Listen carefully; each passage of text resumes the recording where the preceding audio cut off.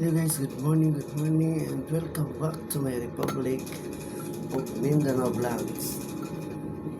Okay guys, no, mag-almusal tayo ng guto at ano ba to, lugaw at saka coffee.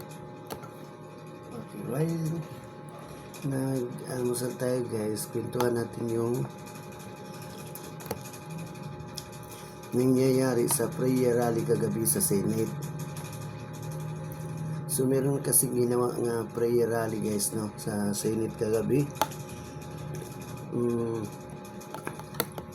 Hindi naman kasi prayer rally guys kay VP Sara and then kay Senator Bato de la Rosa. So hindi naman kasi karamihan hindi naman kasi sa karamihang tao, kundi yung sa gusto lang kasi magpunta guys, kasi katulad namin ng mga commuters, kailangan mo rin ng pamasahe papunta roon sa Senate. So sa makapunta lang kasi medyo malayo-layo din, katulad ko 100 din mahigit balikan kasi nasa Senate kasi ang prayer rally. And then wala naman kasing pera yung ating pinaglaban na VP Sara guys, no, kundi voluntary lang talaga yung ginagawa ng mga supporters niya. Hindi katulad nung sa kabila, bayad sila ng tag 1,000 per head or 500 daw. Tulad nung nakausap ko is 500 per head daw sila. So sa amin guys, walang ganun, kaya hindi masyado marami yung tao, kaya umaasa lang ang BP natin sa mga solid supporters na kahit hindi naman nakapunta roon, at least ang nasa puso nila mga solid Duterte. Kaya usapan natin yung nangyari kagabi hapon. Ang dami namang bumaba na mga politician guys, like senador, yung mga inabagan natin na mga pangyayari, at saka yung impeachment ni BP is inanyayahan na si BP sa Senado na humarap siya, at saka pwede naman palang hindi haharap si BP kundi magpadala na lang siya ng sagot sa kanyang lawyer na lang ang pupunta roon. Pero sa nabalitaan ko sa GC namin is haharap naman si BP dahil hindi naman bias ang Senate President ngayon, kundi parang normal man lang kasi si Senator Peter. Hindi kasi katulad dati na parang humanap din yun si BP, pero nagawa pa rin nilang magsinungaling kay BP. Kaya mabuti si BP, sinabi agad ni BP yun na ipa-roll ang camera, kasi parang kasasabi lang yata ngayon, inulit lang ni BP, dininay na. Kaya sinabi ni BP na ipa-play ang camera. So doon pa lang nakikita natin na kahit harap-harapan o ngayon lang sinasabi, dinidinay na kaagad. Kaya ganun ang mga ginagawa ngayon sa mga admin guys. Binabaliktad nila yung kwento. Katulad ng Marcos, ang sabi ni Marcos is umalis na ang mga NBI doon sa Senate kasi wala namang ano na doon. Tapos ang sagot naman ni Matibag, NBI, is wala naman kami doon, nandito kami lahat sa opisina. Pero ang sagot naman ni Claire Castro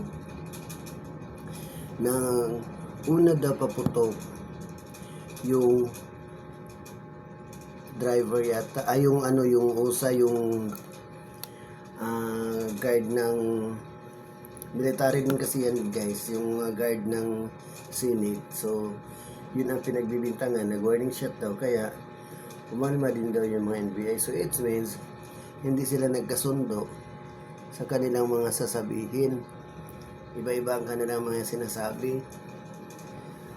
So doon pa nga lang guys, booking na sila na mga nagsisinungaling. At saka dati, ang Supreme Court guys, hindi yung pumapayag na arastuhin si Bato. Dahil wala naman daw totoong warrant of arrest. Pero, nung isang araw, nagbaba ng motion yung Supreme Court na pwede na daw arastuhin si Bato. Ano ba yun na parang nagapang na yata ng malita.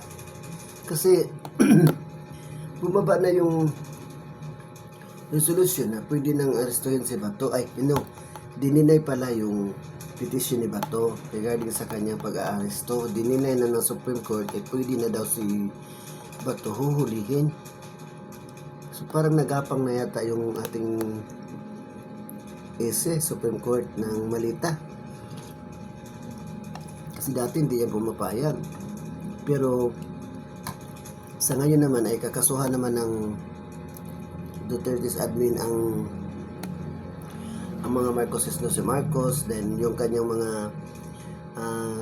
inuutusan guys, dahil nga booking sila doon sa mismong si John B. Cremolya na ang nagsabi regarding doon sa pagpahuli ni Tatay Digong sa ICC. Pala yung planted at saka negotiable, pinag-usapan na pala nila yon na apat sila no, si President, si John B. Cremolya, si Boyong Remulla, si IDG, saka si Solicitor General, saka si Tory, na puhulihin nila si BBM. Dahil nga nung nangyari para maiwas yung issue ni Lisa Bangag doon sa tantoko na nangyari doon sa hotel sa LA na matay dahil sa drugs na kasama nila ni Lisa. Yun yung ginawa nila, pinilit nilang madala si PRRD sa dahig kasi para maiwas yung issue, hindi kakalat yung issue.